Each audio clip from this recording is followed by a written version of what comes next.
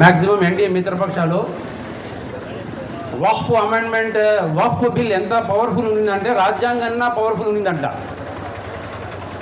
అది ఎవరికి తెలియలేదు, వీళ్ళే తెలుసుకున్నారంట. అది ఇప్పుడు వరకు ఎక్కడ కన్ను వేస్తే వక్ఫ్ చట్టము అక్కడ అది వక్ఫ్ భూమి అని డిక్లేర్ చేసిందంట.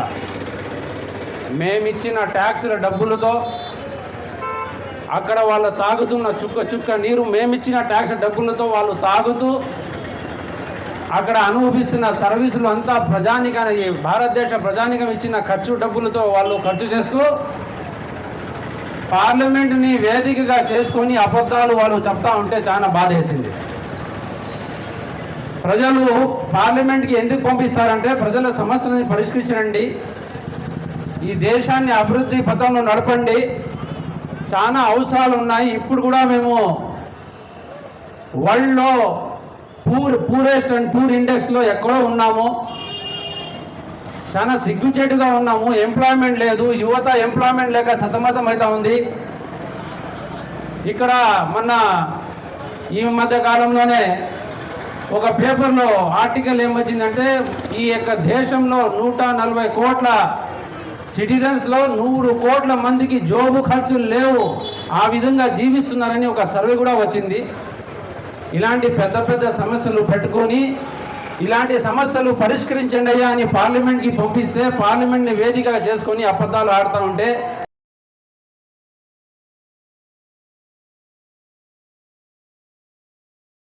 పట్టించు దేశాలు ద్వేషం పెంచుతున్నారు. మన సోదర భావాన్ని దెబ్బతిన్న విధంగా ఇలాంటి డైలాగులు స్టేట్మెంట్లు ఒక హోంమంత్రి హోదాలో ఉన్న హోంమంత్రి, ప్రైమ్ మినిస్టర్ హోదాలో ఉన్న ప్రైమ్ మినిస్టర్ పదవుల్లో ఉన్న వాళ్ళు చెప్తా ఉంటే ఇది మేము చాలా ఆలోచించాల్సిన విషయం. మన దేశాన్ని కాపాడుకోవాల్సిన సందర్భం వచ్చింది నేను చెప్తున్నాను. రెండో మాట ఏమంటే ఇంతవరకు మన సౌత్ ఇండియాలో ఆంధ్రప్రదేశ్ కానీ తెలంగాణ కానీ కర్ణాటక కానీ తమిళనాడు కానీ కేరళ కానీ ఇక్కడ ప్రాంతీయ పార్టీలన్నీ డౌట్ లేకుండా ఇవన్నీ సెక్యులర్ పార్టీలే, మతతత్వ పార్టీలు కావు. అది ఏ పార్టీ అయినా కానీ వీళ్ళందరూ ఏమనుకున్నారంటే ఇది వక్ఫ్ చట్టం ముస్లింకి సంబంధించిన చట్టంలే, వాళ్ళు ఏందో పట్టించుకుంటారులే, ధర్నాలు చేసి గమ్మున అయిపోతారు అనుకుంటున్నారు. విశ్లేషిస్తే కరెక్ట్గా చెప్పాలంటే ఈ వక్ఫ్ చట్టము సెక్యులర్ పార్టీలు అనబడే వాళ్ళకి అందరికీ ఒక మరణ శాసనము అని అంటున్నా నేను. ये मौत का परवाना जो सेक्युलर पार्टी बोलते हैं अपने आप को, उनको सबको मौत का परवाना है. ఎవరైతే సెక్యులర్ పార్టీ అనబడుతున్నారో అది టీడీపీ కానీ వైసీపీ కానీ కాంగ్రెస్ గ్రహించింది కాబట్టి ఆపోజిట్ చేసింది. అక్కడ తమిళనాడు స్టాలిన్ గారు గ్రహించినారు కాబట్టి దాన్ని అసెంబ్లీ ప్లాట్ఫామ్ మీద దాన్ని వ్యతిరేకించారు. ఇది యాక్చువల్గా ముస్లింలకి కాదు, వక్ఫ్ బోర్డుకి, వక్ఫ్ భూములు కాదు, ఫస్ట్ దీని నుంచి నష్టపోయేది సెక్యులర్ పార్టీలు.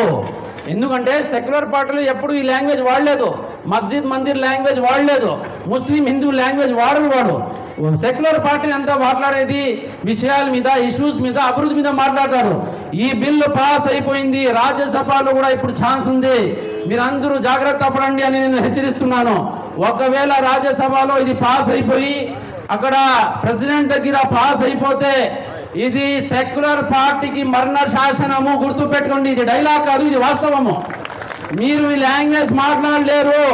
మన ఆంధ్రప్రదేశ్లో కానీ తెలంగాణలో కానీ కర్ణాటకలో కానీ తమిళనాడులో కానీ కేరళలో కానీ మస్జిద్ మందిర్ ముసల్మాన్ హిందూ లాంగ్వేజ్ మాట్లాడలేని మీరు మాట్లాడకూడదు అనుకుంటే ఈ చట్టం రాకూడదు. ఈ చట్టం ఒకవేళ యాక్షన్లో వచ్చిందా మీరు ఎమ్మెల్యేలైనా ఎంపీలైనా జెడ్పీలైనా కౌన్సిలర్లైనా మీ ఇంటి దగ్గర పదే అన్నా మా మస్జిద్ మీద దాడి జరిగింది, అన్నా మా దర్గా మీద దాడి జరిగింది వస్తుంటారు. మీరు ఏం చెప్పగలుగుతారో మీరు నిర్ణయించుకోండి. కాబట్టి ఇది వక్ఫ్ భూములకి ముస్లింలకి ఎంత ప్రమాదమో అది మాకు తెలుసు. దాన్ని మేము చట్టంగా ఎట్లా ఎదుర్కోవాలి, చట్టబద్ధంగా సుప్రీంకోర్టులో ఎదుర్కొంటాం. కానీ ఈ విధంగా ఈ చట్టాలు జరుగుతూ ఉంటే మీరు ఎన్నో ప్యాకేజీలు వస్తాయి, అభివృద్ధి జరుగుతుంది, కానీ అయిపోతుంది అనుకుంటున్నారా? ఎట్టి పరిస్థితుల్లో మీరు మీ పార్టీ ఉనికిని కాపాడుకోలేరు. ఇది గుర్తుపెట్టుకోండి. కాంగ్రెస్ అయినా అక్కడ తమిళనాడులో అయినా ఇక్కడ బీఆర్ఎస్ అయినా వేరే పార్టీలైనా గ్రహించినారు కాబట్టి వాళ్ళు ఆపోజిషన్ చేశారు.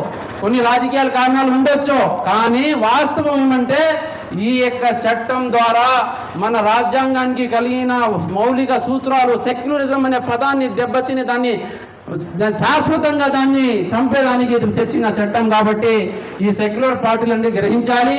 ఇప్పుడైనా ఛాన్స్ ఉంది. లాస్ట్ పాయింట్, నేను ముస్లిం సమాజాన్ని ఒక మాట చెప్తున్నాను.